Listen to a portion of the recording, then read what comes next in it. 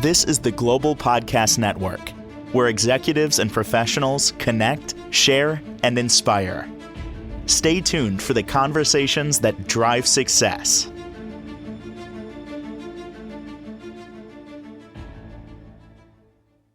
And welcome back, everyone. This is, in my opinion, something that is often overlooked. We don't even see what's going on behind the scenes. I'm talking about where you live and where that started. Your house, even if it doesn't matter where you're living, it started this way, and that's with an idea. And then it went to somebody designing your living space. It could have been, you could have been the fourth person that's lived in your home, but it started somewhere with somebody putting the plans together, coming up with the concept, the ideas. We're going to talk with an award-winning home designer today, works in the Nova Scotia region, has done so many amazing projects. We're going to dig into one of those today. And it's always good to have him on. This is the insight that we don't see, and we're going to get it today from John Hattie, who's on the program. How are you doing today? Oh, not bad at all, Steve. How are you? Really, really good. And I'm loving looking at your website and just looking at some of the custom home design. And I love seeing where it started and what it turned into. Could we dig into one of those projects today and kind of dissect what happened during the process of the design to the build? Yep, sure. Can you pull up Felsen South onto your screen? Sure. And by the way, this, if you want to check it out, AtlanticHomeDesigns.ca, and just look for a custom home design. Yeah, I'm looking at it right now. Okay. So Felsen South was a unique project. Back about 15 to 18 years ago, municipality of Lunenburg went and put water buffer zone requirements in and this type of stuff. And the person that owned the land, which was on a projection of water jogging out into Lunenburg Harbor, actually had the insight enough to put a foundation in the ground. He didn't do anything with it. It sat for probably 5 years, whatever, totally unused and this type of thing. So the neat thing about this house is when my customer brought me in on this project, I couldn't change the square footage of the foundation one bit. I was locked in. And what you see is what I got. And that was it. And so I was restricted to the limited size of the existing foundation. I could put a building on top of it, but I couldn't go and enlarge the foundation or anything like that, just to meet the new water buffer zone requirements. So this one here, the footprint on the main floor is exactly what the foundation was. Now I did get creative. I did go and put an overhang on the top floor, which allowed me to make the rooms a nicer dimension and size on the upper level. But on the main floor, I had to start. So on the main floor, it was an open space concept, as you're flashing through the pictures there. Yep. How did you know I was doing that? Oh, you were looking that way. I really was.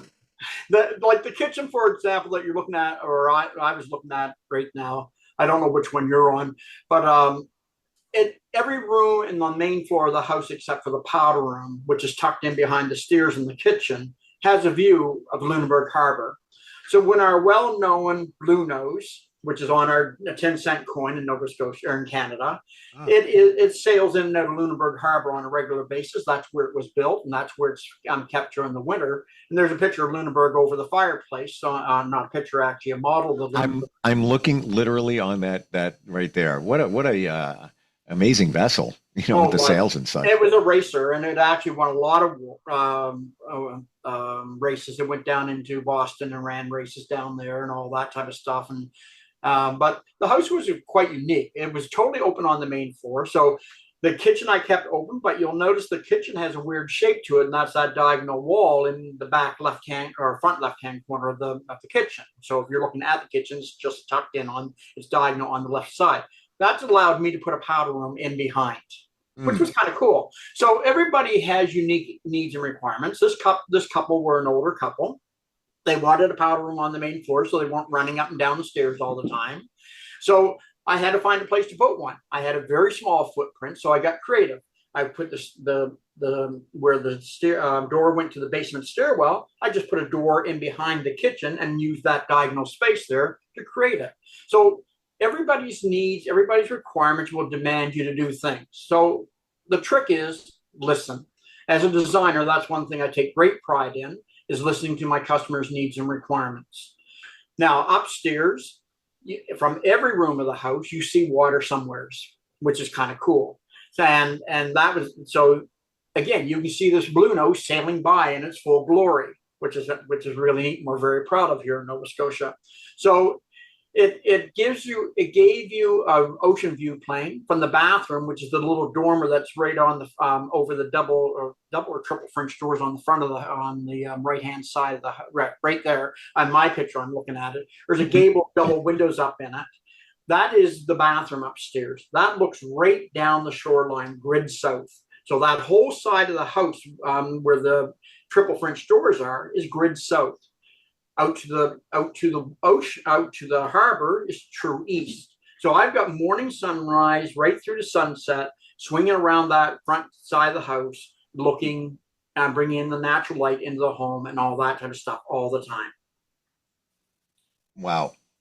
I'm looking at doors. I think they might be off the kitchen, but I'm not 100% sure. The triple doors? Say it again? Triple doors, the 3 doors. Is that what that's called? Yeah, it's a triple door combination. And so what is that? It almost looks like storm doors, like barn doors that close. They're on the outside. Yes. Okay. So those doors are actually, they did use them as a proper storm shutter because they get major winds in there at times. Their southeasterlies come right in at that corner of the house, the right-hand corner of the house back. So as a result of it, you can get hit with major winds in there. So they are operating doors that do come across. Cool. Wow. I figured that, but I wasn't sure. Yeah. So for security and for protection from the storms, it gives them extra protection. Nice. They're only about 6 to 10 feet above the ocean. Ah, okay. Wasn't aware of that. All right. Yeah. See, there, like when you're looking at, you see the water in behind the house. That's the ocean right there. Like you go over, drop down about 8 feet of rock, and you're in the water. That's how close this house is to the water. Would not get that from the pictures because we're focusing on the house, not the water. But yeah. I'm looking at the picture where you see those rocks, then the house. So yeah. I guess I'm looking at it from the water, so to speak. Yes. That direction. Wow. Yep. I'm curious. States compared to, let's say, Nova Scotia, you built up, or instead of the footprint because of the the foundation, you didn't have a lot of space. I had no option on this one. Is it the same way there as it is here, where in terms of taxes, property taxes, if you were to change the footprint, it substantially raises your taxes as opposed to if you added to the house? Let's say you went up, you added another level, whatever it might be. Are you taxed the same type of way there? I believe we're taxed by the overall square footage. Square footage. Okay. Yeah. So it really doesn't matter. It's down, out, up, or whatever. If you have a finished basement, it will increase your value, but not as much as if it's main floor or upper floor. Okay. I think they're counting in tax bases. They count the main floor and upper floor the same, I believe. And the lower level I know is a cheaper value because a lot of people call them basements. I don't ever call my basements basements. They're lower level living areas because I make them livable areas. I love that because basement right away conjures up a damp, dark dungeon. There you go. It doesn't sound inviting. Now, so when you talk about lower level, now the trick is you still got to pull that through. So I don't like doing basements if I don't have good windows, good doors in them. So I have easy accessibility, number one. Number two, good light. And I'll fight to get light in a basement design. Because if you don't do it, they're not going to use it. Kids will not go down and play in a dark, dingy basement. They don't like it. Oh my gosh. I live that. So I moved for one reason, the basement, better school district, and the taxes and they're really high in the. Yep. I'm on Long Island, suburb of New York City. They're just really high here. Found a house. This is 2014. Sold it a couple of years ago. One of the reasons was the basement. It was a finished basement. There wasn't, to your point, not a lot of. There wasn't really no light. There was no outside windows leading to it until I put an egress window in there. But Yep. I put gaming chairs down there. I'm a geek. I love wiring stuff. I had TV, everything all set for my son if you wanted to play. I had air hockey table. I had everything. I'm gonna say, I don't want to say they never used it, but very close to that the entire time. And my daughter at the time, she was probably, 6, whatever, 7, and her, I don't want to go down there. I'm afraid. I'm like, but it's got lights come on. It's automatic. When you walk in, the lights will come on. A lower level living area, when you do a lower level area design, you got to make sure you got good light, good traffic flow, but also connection to the main floor is primary, especially for young children. They want to feel they're connected with mom and dad. You're right, spot on there. And what I did, I took the door off. I removed the door that leads into the right. And it wasn't the best in terms of heating because now, it's colder down in the basement, so that cold air would come up. But I was like, I got to get them down there. It helped a little bit, yeah. But but I did feel like it was connected. Yep, it does make a difference. And again, open up your stairwells. Most people have closed-in walls going down. Why? Yeah, except for a little bit of heat control. But if your basement's well insulated and all that, which we have to do here in Nova Scotia, we have to put an R20 minimum wall insulation on our basement walls for finished spaces. It's going to be a nice, warm living space. Sure. Our floors have to be insulated downstairs now. We have no choice. It's mandatory here. Wow. And so, as I mentioned here last time we talked, that they're pushing towards what's it called? Net zero by 2030 here in Canada. So, we're pushing to higher levels of insulation all the time here. Wow. Yeah, well, as you need to. You want to save money and save the environment. Should we look at another project? Sure. Which one you pick? Go to the Lanark one. Yeah, there right now. And what do we have here? Lanark is a little bit of a unique scenario. First of all, this house was designed about 15, 18 years ago. We did have a fire in it. We lost the house. The house burnt down to the ground or down to the main floor. So all we really saved in it was the foundation. So this is the original house. I don't have the updated one on there. The difference is when they rebuilt it, they decided that in where the double front doors are going into the main house, they wanted not just an 8-foot hall that I already had, like they entertain a lot. So they wanted a prestigious place. So we actually created a 12-foot hall. So I actually had cut off half the foundation and basically throw it away in this rebuild, which was kind of cool. What is neat about this house is set up for Harley and Wendy, the beautiful people. They're actually one of my references on my website. And they actually entertain, as I said, a fair amount. So formal living was important to them. So they have a formal living room. They have a formal dining room, butler's pantry, this type of stuff in there. So again, that type of thing there. But they also like their privacy and the coziness. So when they didn't have people in the house, they had a hearth room over by the breakfast nook and going out to the covered patio area and this type of thing. This is on the original design. Upstairs, I think it was 4 bedrooms. Their master bedroom is on the main floor.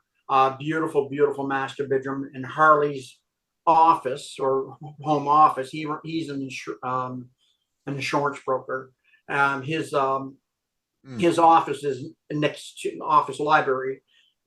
You have to come in the front door. Immediately to the left is your library. Then just in behind the library is his private office, which also has a connection to outdoors, so he can walk across from the garage directly to the house.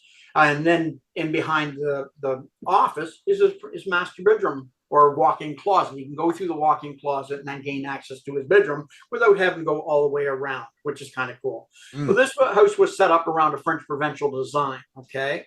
I wanted to make it actually a little bit more interesting than what they did. They did a great job on the house, but right on the covered patio area, I wanted to make it very rustic, because if you notice a lot of the European or French designs, especially, there you had a very classy formal area. Then as you went around to the servants area, you got more casual. Then as you went around further around the design, you might have a barn attached to the house. So it was that type of personality I was trying to create in there. So I wanted to do a mix of stone and brick and on around the covered patio area, which would have made it very casual, downplay it a little bit and everything like this. So as you're sliding, going through those pictures, one thing you would have noticed also, I created a beautiful little garden studio building on that property. I love the little building. You'll notice it has skylights on the back side of it. And that's actually where they lived a bit when they first were burned out of the house, until they found a place that they could rent that was a little bit bigger. So they have got a studio left upstairs over it where they can sleep. But it was what was that separate structure? Was that a garden center? It's basically when they like to do their own gardening. They've used people to tell them what to do or give them suggestions. But Harley and Wendy do really enjoy their outdoor garden work and all this. He's outside running around on his tractor on a regular basis, and Wendy's planting plants and weeding and all this type of stuff. So that's where personal lifestyle comes in. Gardens are important to them. They want to be able to take those plants, start them, grow them, all that. But they have another totally different side of them. They're very basic people, even though they're very successful. They're very basic people. But they ballroom dance. There's a ballroom in the basement of the new, well, there was in the old house too, but in the new house, there's a ballroom. Next to the ballroom, there's a bar. The bar would put a lot of professional bars to shame. And beside that, there's a wine tasting area. And behind the wine tasting area, there's underneath the patio. When we redid the patio, we actually put a full foundation in that, because that was the side that we cut off and rebuilt. We actually have a wine cellar down underneath there, which can handle about 700 to 1,000 bottles of wine if they wish. So they're very serious about their wine. I got to tell you, John, I'm not a big fan of that brick. No, that's not my favorite either. I would have liked to seen it a little bit more rustic or more casual. It could have been a little nicer. However, it's breathtaking. This home is, the only word I have is stately, but not over the top. And that entrance, you get a grand feeling from walking in. And I really love by the fireplace, and I'm not sure if that would be the living room, but there's columns there. I just love that vibe, that feel to it. Yep.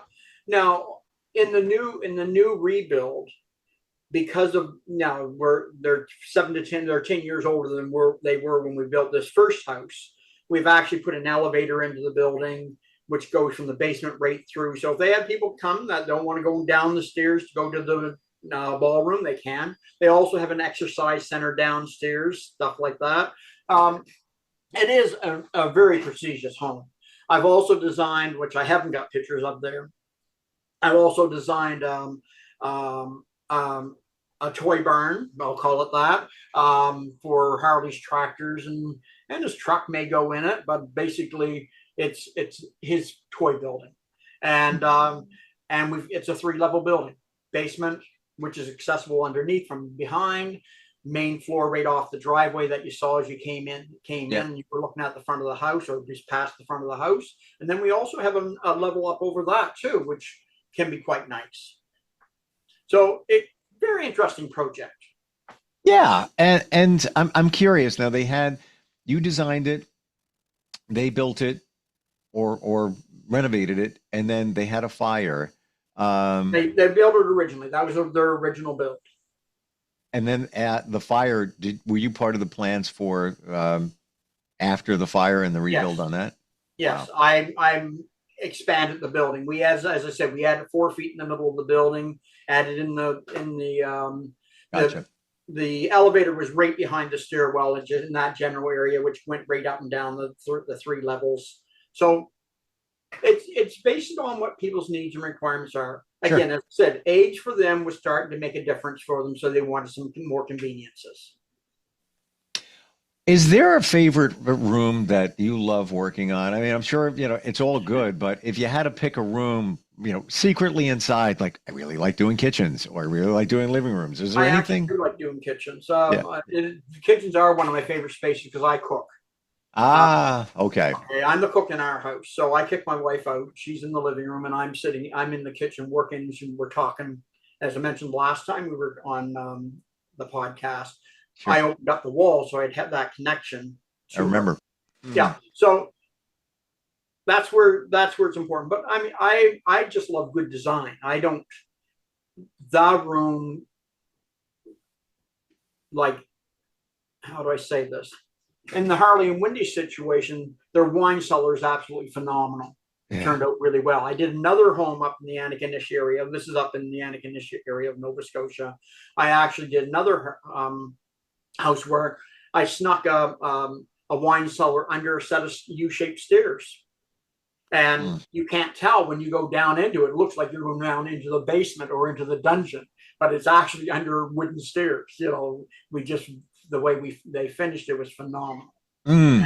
And That's got to make you feel good, John, when you have a goal and then you're able to fit it into what you have to work with. You know what I'm saying? Like even in the previous project where you had to stick to the foundation because it's kind of tight and by the water, et cetera.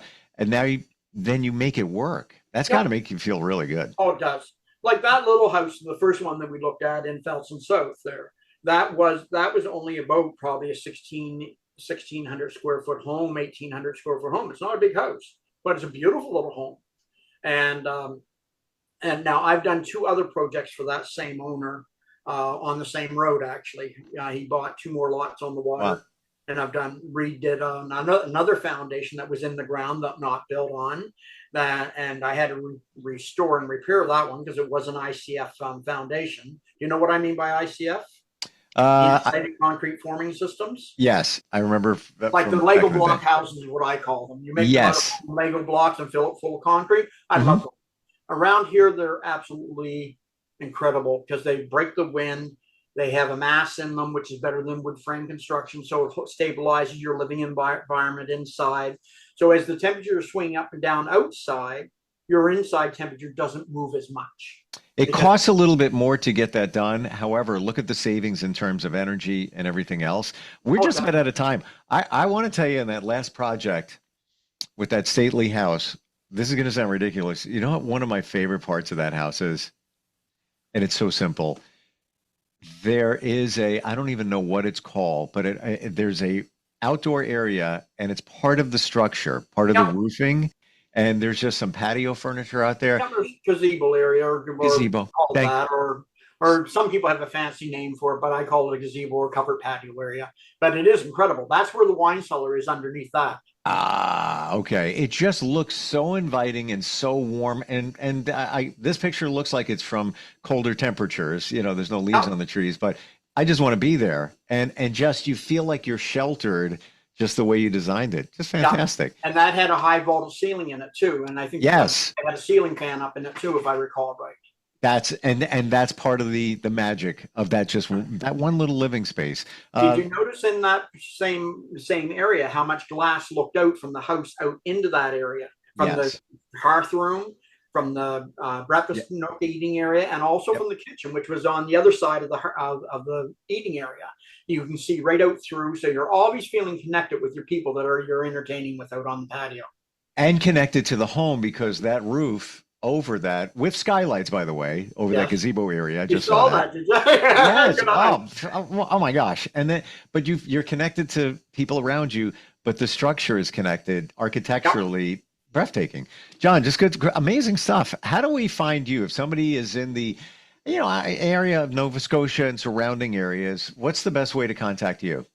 Um, my email is financial.atlhme@gmail.com, or you can call me on my phone, 902-456-0279, or go on Google. You can find me on just Google Atlantic Home Designs. You'll find me, and there's a connection there also. Love it. Love your passion. And and your eye for all of us. Just fantastic. Great having you on here today. I wish I could show you the option number 2.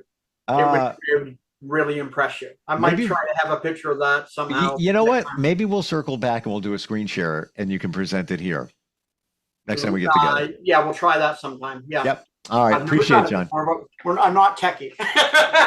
We'll figure it out. Listen, if you could put a wine cellar in a place, you can figure that out. All good. All right, John, we'll catch up soon. This is the Global Podcast Network, where executives and professionals connect, share, and inspire. Stay tuned for the conversations that drive success.